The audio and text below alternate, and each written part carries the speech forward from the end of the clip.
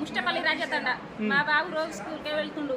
ఇలా పోయిండు స్కూల్కి పొద్దున 8:30కి పోతారు, 5:30కి మళ్ళీ వస్తారు ఇంటికి.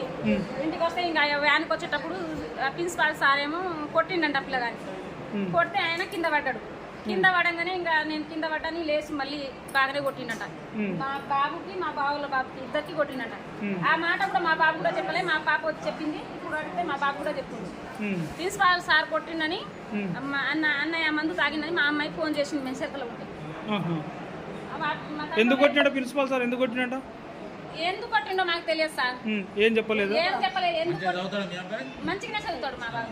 ముగ్గురు ఆ స్కూల్లో పోతుర్రు, ముగ్గురు బాగానే చదువుతారు. మా పేదోడు హాస్టల్లో ఉన్నారు. ఎన్ని ఆయన ఫస్ట్ కా నుంచి ఆ స్కూల్లోనే పోతుంది.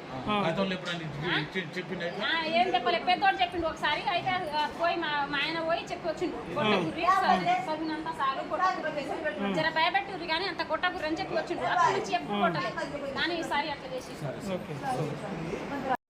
అట్లనే పోతాం, అట్లనే కొడతాడు మనం. నేను 2-3 సార్లు అన్నా, సార్ ఏమైనా కొట్టాక సార్ నాకు కాలు దెబ్బ తాగుతుంది సార్, షూ వేసుకున్నాను సార్, వర్షం పడుతుంది సార్ అని చెప్పాడు.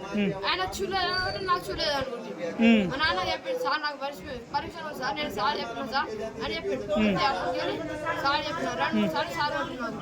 అప్పటికెళ్ళి నేను ఇంటికి వచ్చిన. ఇంటికి వచ్చిన తర్వాత 2-3 సార్లు చెప్పిన సార్, సార్ కొట్టాక సార్ నాకు కాలు నొప్పి తెచ్చింది సార్, ఏమైనా ఉంటే కాలు వస్తుంది సార్, షూ వేసుకుంటే నీళ్ళు అలా అంతే చెప్పిన.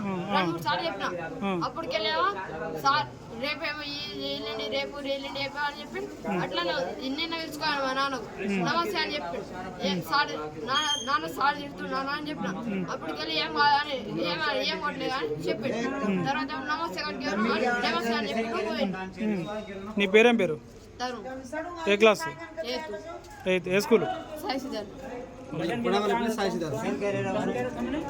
అసలైన తొలి వెలుగు. ఫాలో వాట్సాప్ @తొలి వెలుగు official.